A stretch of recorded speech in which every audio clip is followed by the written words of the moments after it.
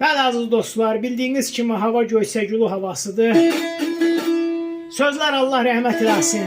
Şair Təhlən Oğuzdandır. Səhər seyr eylədim dostum bağını. Gördüm səyahətdə yar gəzir. Müsəlsəl telləri incə bellərə. Dolanır misalı, mar gəzir.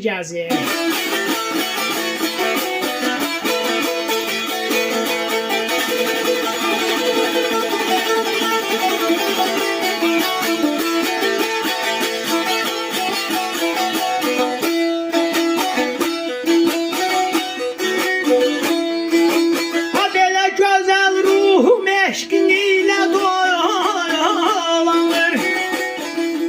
Səni belə görcək qəlbim bulanır.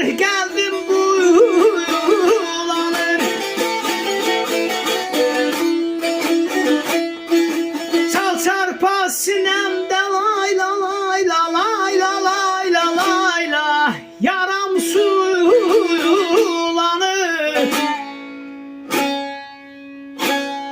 Nigaran qəlbimdə car gəzir.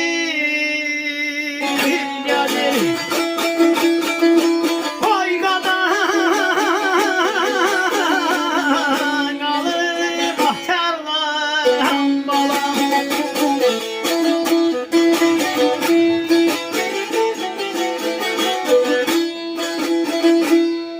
Gözəl ruhum eşqin ilə dolanır. Səni belə görcək qəlbim bulanır. Çal çarpaz sinəmdə yaram sulanır.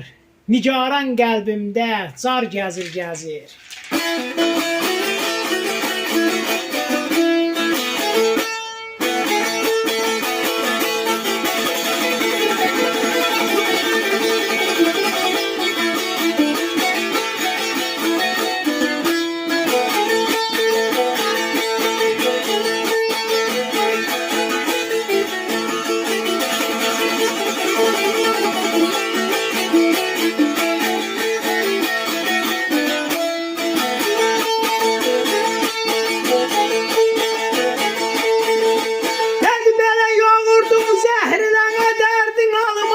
Novruzun axıtdın gözünün yaşını, Ruzun yaşını.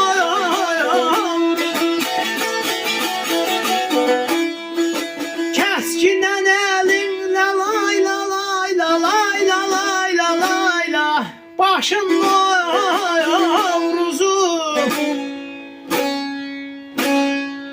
Sonra söylə əcəl var gəzir. Oy qadan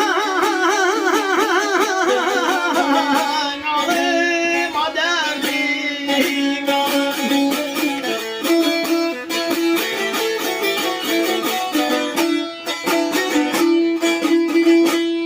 Yoğurdun zəhr ilə aşın Novruzun.